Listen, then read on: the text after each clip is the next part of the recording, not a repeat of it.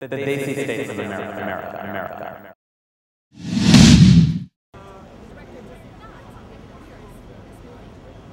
With over $1 billion in box office receipts to his credit, one thing is clear. M. Night definitely knows how to scare people. They're evacuating New York City. The blocking of neurotransmitters by certain toxins has been proven to cause hallucinations, asphyxiation, and paralysis. This new neurotoxin is basically flipping the preservation switch, blocking neurotransmitters in a specific order. Just when you thought there couldn't be any more evil that could be invented. It was thrilling. I was just beside myself. I feel like you wait your whole life to get to work with people like this. Knight, as a director who really demands that everybody come to set fully prepared and doing their best work.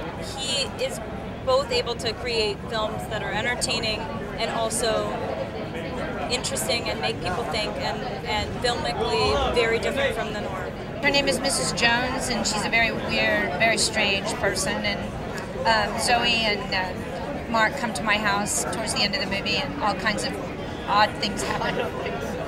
I'd never played a character this over the top. I've never played someone, and I'd never done stunts like this, so that was all exciting. I call it a thinking man's horror film. When you see some movies, you go, oh, well, yeah, aliens taking over the world, giant mutant beasts, no, not going to happen. But this is possible. You can see it happening. I mean, environmental catastrophes are happening all the time. I'm a big fan of M. Night. I'm not a big fan of horror movies. I like being in them, but I don't necessarily watch them as much. But my kids love them, so I'm going tonight so I know where to cover my son's eyes. He's 12 years old, so I know what places I have to say don't look. Of course, he won't be as scared as I will. This will be the last stop for all passengers.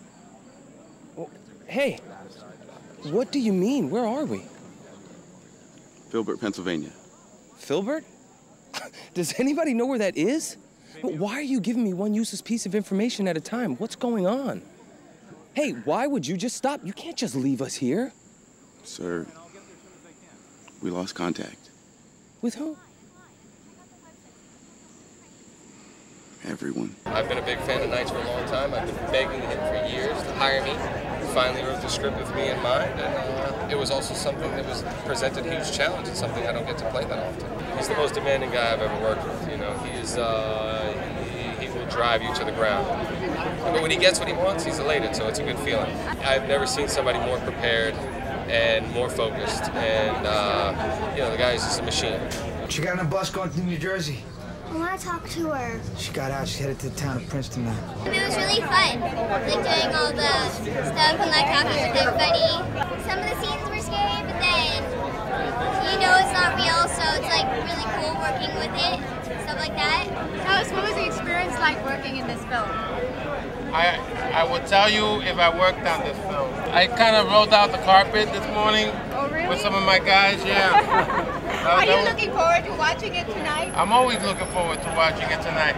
What? And then tomorrow I got to come back and roll it up again.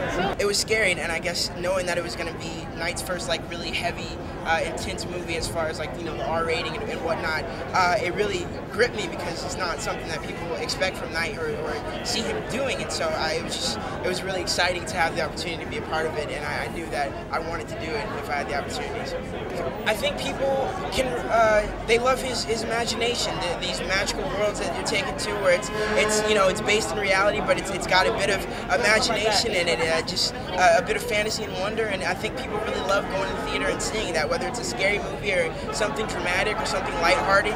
It's just something that can take people away to a different world, yet something that's close to them. I produced The Sixth Sense and Unbreakable, and I hadn't worked with Knight in 8 years. I'd gone off and done Munich and the Royal Tenenbaums and the movies I was doing, and he was going off and doing the movies he was doing. And we had great success together. Those two movies were two of the happiest experiences of our lives, and movies that people seem to like. And we just felt it was time to begin working together again. When you work together on 2 movies together, you get on each other's nerves a little bit.